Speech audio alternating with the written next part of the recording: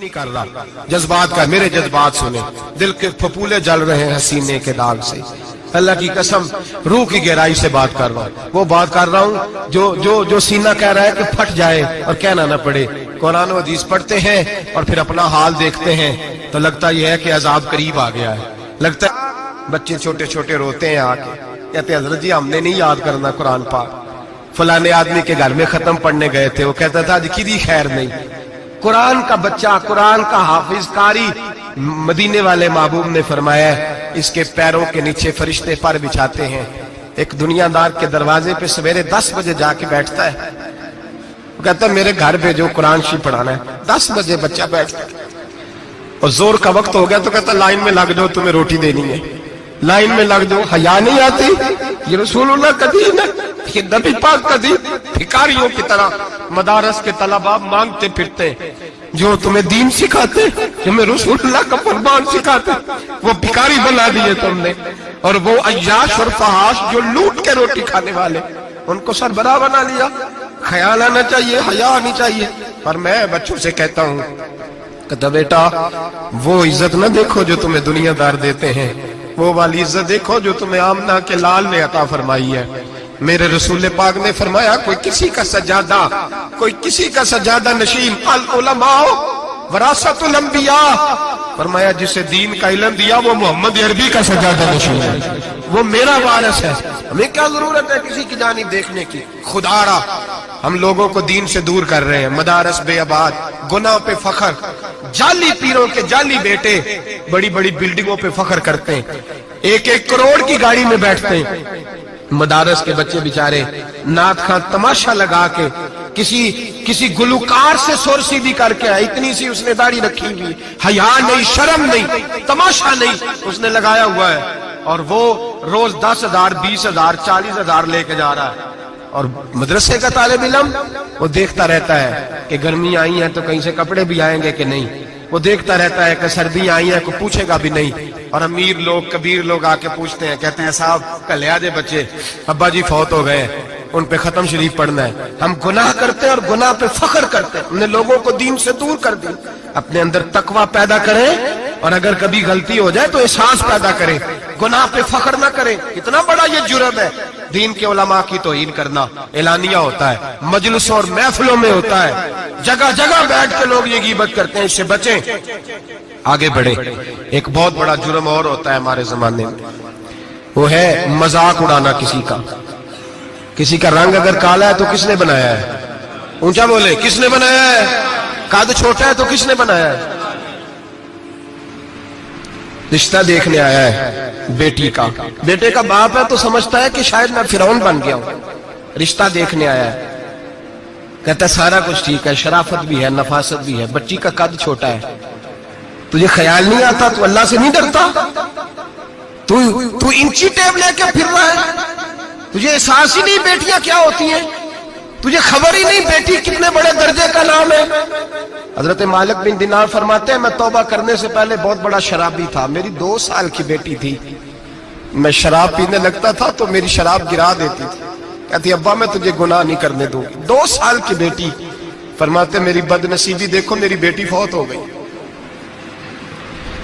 ایک رات میں خواب دیکھتا ہوں کہ دوزخ جنت کے فیصلے ہو رہے ہیں، قیامت قائم ہو گئی ہے، میرے لیے دوزخ کا حکم آ گیا، میرے پیچھے ایک بڑا سا اژدہا، بڑا سا سانپ بھاگنے لگا، فرماتے ہیں میں دوڑتا جا رہا ہوں، ایک بزرگ نظر آئے، میں نے کہا مجھے بچانا، کہنے لگے بیٹا میں کمزور ہوں، میں نہیں بچا سکتا، کہتے ہیں مجھے میرا اشارہ کیا، کہنے لگے پہاڑ کی طرف جا شاید تو بچ جائے، کہتے ہیں میں پہاڑ کی طرف جا رہا تھا تو وہاں سے بیٹی آ رہی تھی، میری بیٹی دوڑتی آئی، میری گود میں بیٹھی اور ازدے سے کہنے لگی دفع ہو جا، تم میرے ابو کو نہیں جلا سکتا۔ کہتے ہیں وہ 2 سال کی بیٹی کی آواز سن کے بہت بھاگ گیا، میری گود میں بیٹھ خواب دیکھنا، میری داڑھی سے کھیلنے لگی، کہنے لگی ابا میں تجھے منع کرتی ہوں نا شراب نہ پیا کر، شراب۔ تو میں نے کہا بیٹے یہ کیا ہے سارا کچھ؟ کہا ابا جی یہ تیرے برے عمل ہیں جو اژدہا بن۔ تو بزرگ کون تھے؟ کہنے لگے بیٹے ابا جی وہ آپ کا نیک عمل ہے، پر وہ کمزور بڑا تھا، آپ کو بچا نہیں سکا۔ ابا جی بس کر دیں، اب آپ برے کام نہ کریں، آپ توبہ کر لیں، جو پچھلے گناہ ہو گئے میں اللہ کی بارگاہ میں سفارش کروں گی، رب آپ کے معاف کر دے گا۔ مالک بن دینار فرماتے ہیں میری آنکھ کھلی تو میں پکی توبہ کر گیا۔ بیٹیاں تو بخشوانے آئی ہیں دنیا میں، بخشوانے، اور یہاں لوگ فخر کرتے ہیں، فخر سے بتاتے ہیں، کہتے ہیں میرے بیٹے کے 15 رشتے ہیں، شاید مجھے قرآن دازی کرنی پڑے، شرم کر، حیا کر۔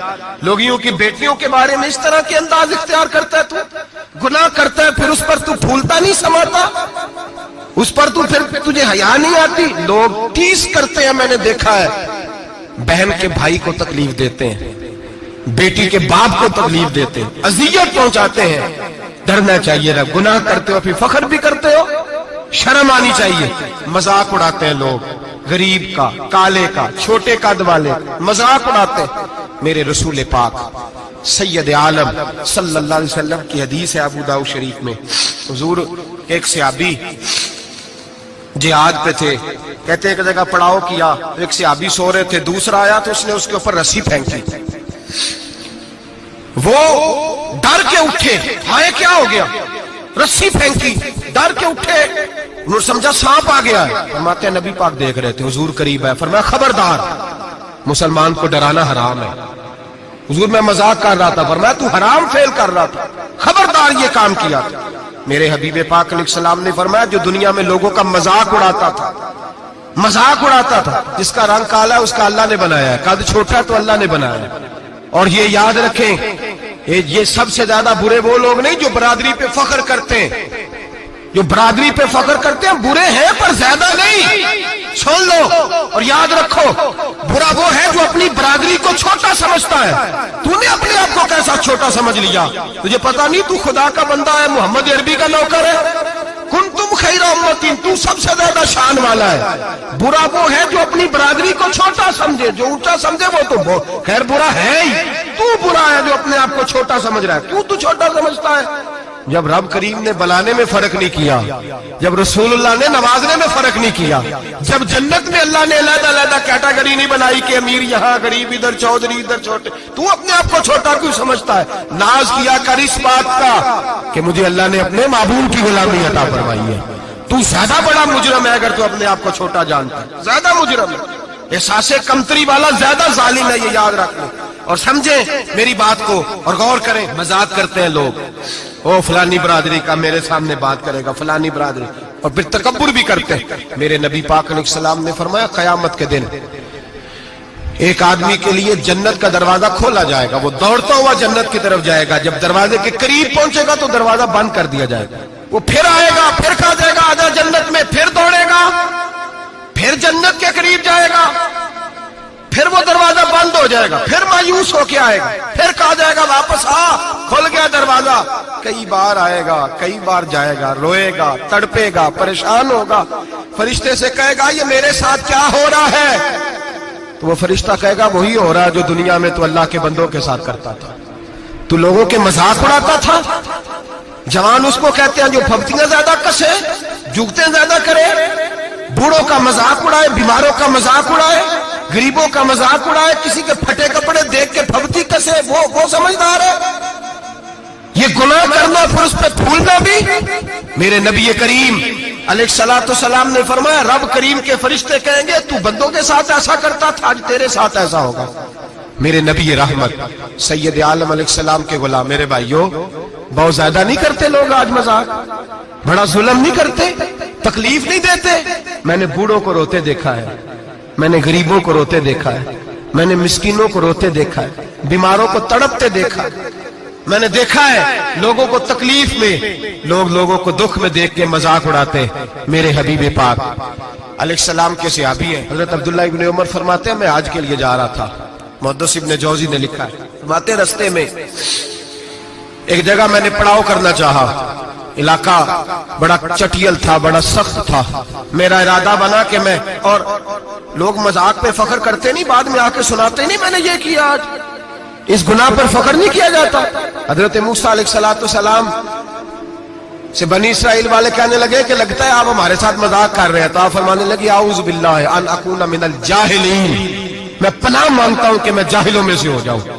جاہل لوگ مذاق کرتے ہیں، اعوذ باللہ ان اکون من الجاہلین، پہلے سپارے میں کہا گیا جاہل ہے جو کسی کا مذاق اڑائے،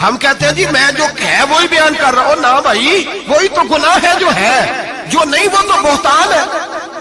اور نبی پاک صلی اللہ علیہ وسلم نے غیبت کو، کسی کی چگلی کو، کسی کے پیٹھ پیچھے عیب بیان کرنے کو زنا سے برا قرار دیا، زنا سے برا قرار دیا ہے نبی پاک. اور لوگ ہیں کہ غیبتیں کرتے ہیں اور پھر اس پہ فخر کرتے ہیں، دوسروں کو سناتے پھرتے ہیں، اعلانیہ گناہ کرتے ہیں. ایک بہت بڑا گناہ بدنگاہی کا گناہ ہے. آپ کو پتہ ہے ہمارے ملک کے اندر بدکاری، زنا اور بے حیائی کی شرح کتنی بڑھتی جا رہی ہے، کس قدر بڑھتی جا رہی ہے. وہ لوگ جو نکاح کر لیتے ہیں وہ بھی اپنی نگاہوں کو، میں اکثر کہتا ہوں حضور نے فرمایا نکاح آدھا ایمان ہے.